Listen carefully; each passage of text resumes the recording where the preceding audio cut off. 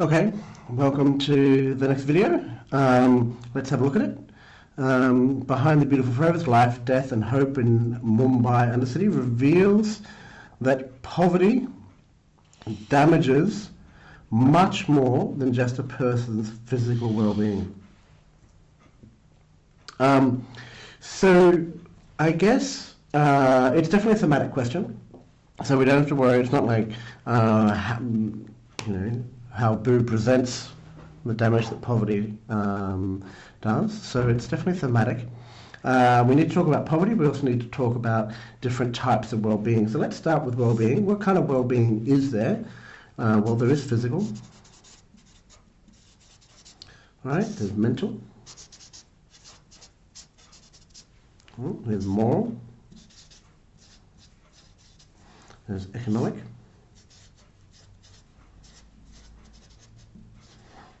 Maybe that'll do. Okay.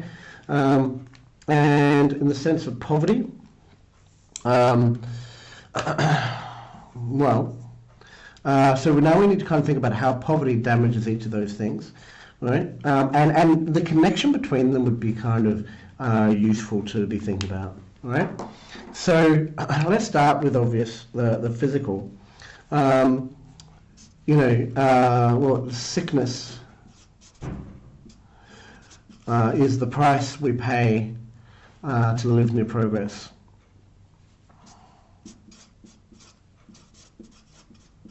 Yeah, and if you're sick or if you're ill, you are worth less. Right. So there's an idea that physicality, is actually a big thing. Much more than just a person's well-being, physical well-being. Well, physical well-being is related to how much you can work. Yeah, which means how much you can, sustain your family, and therefore how much you are worth to that family. And there's many examples of that. Fatima was seen to be worth less. At least one reason she was worth less is because she was less able to work or to sustain her family. Kareem, Abdul's father, was seen to be worth less than Abdul because Abdul could work and was a hard worker and therefore could sustain his family. So sickness in itself was seen to be something that would make your inherent value as a person decline. Poverty in regards to, let's go mental, right?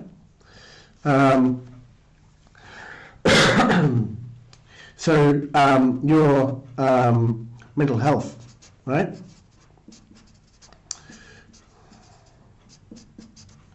Right, in regards to your options and opportunities.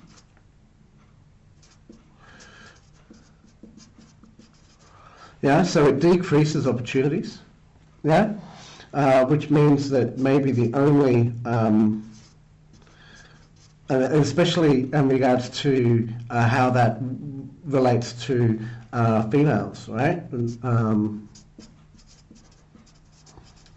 the cultural aspect of dowry and that at the end of the day, females or female children will end up costing the family money because they have to be on the marriage market and therefore have to produce a certain amount that they have to.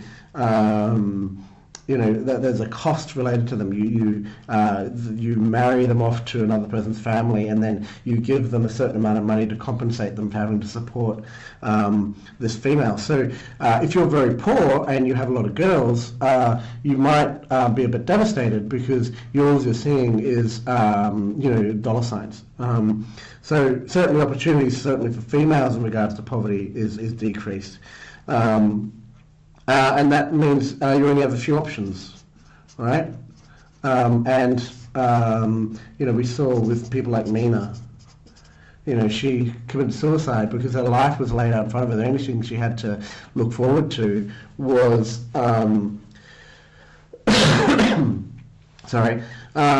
was anything she had to look forward to was getting married and beaten or living a very horrible life. So she ended up committing suicide. Really because her opportunities, this is the only thing she could decide for herself. So, if we have to follow that line, so poverty has resulted in lower opportunities, especially for women, and those lower opportunities, and this lack of connection between effort and result has resulted in some people end up committing suicide because there is, really no help for them.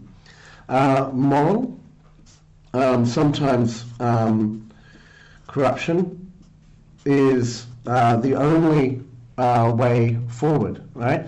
Ostensibly, we have the three ways out of inequality. One is the economic niche, and the second is corruption, and the third is education. But how effective was having that economic niche, in practice? Well, it could easily be overcome if you don't have the power to sustain it, to defend yourself against corruption and to defend yourself against everything else. Education was mostly meaningless for the poor. It's 2-bit games in a hut. Whereas, corruption, one drip at a time, one move forward. We saw someone like Asha come forward. So, but not only Asha, we don't have to think instantly Asha when we go here, right? What about Kahul?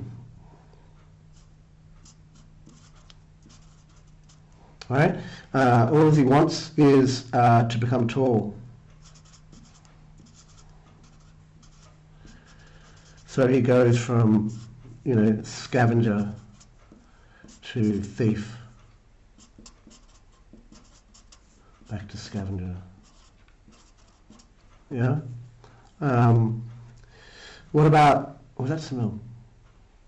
Am I having a problem? That's Sunil? What's it called? Whatever, you figure it out. But also Abdul, right? That's funny. I'm not going to redo the video. But also Abdul, right? He wants to be like ice. But he also recognizes that, those who are mature don't make bright distinctions between good and bad, Why don't they? Because they really don't have the opportunities to. If you're a child with no responsibilities, you don't need to, you can try to be good, because you don't really need to produce anything. But if you actually have responsibilities, well, maybe you don't have the luxury of being good, right? Lastly, economic. This might seem obvious, of course. Poverty damages your economic well-being, but there are some less obvious sides of this too. You might consider that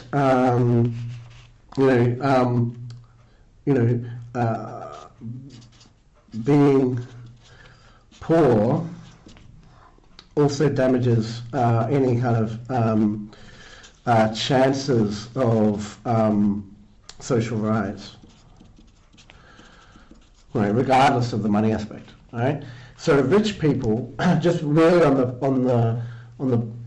fact that they're rich, it gives them opportunities to make more money. You need to spend money to make money, I guess, is a really simple way of looking at it. But just if you're poor and you live in Anawadi, you're seen to you're known to be poor, and therefore any jobs, any opportunities for advancement are denied to you because you're a slum dweller, right? Not so much because you're poor, but because you live in Anawadi, right? So that's really tricky to overcome. The mere fact that you're poor, you get a reputation of being poor, and therefore you don't want to, you're not given those opportunities.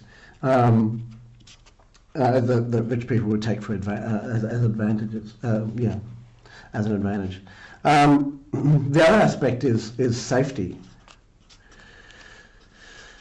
The rich can afford to pay for their own private security. They can afford to pay for their own, welfare, their own hospitals, their own, services. And it's not until halfway through the book when we start to see, terrorist attacks that all of a sudden the rich become interested in some kind of social reform.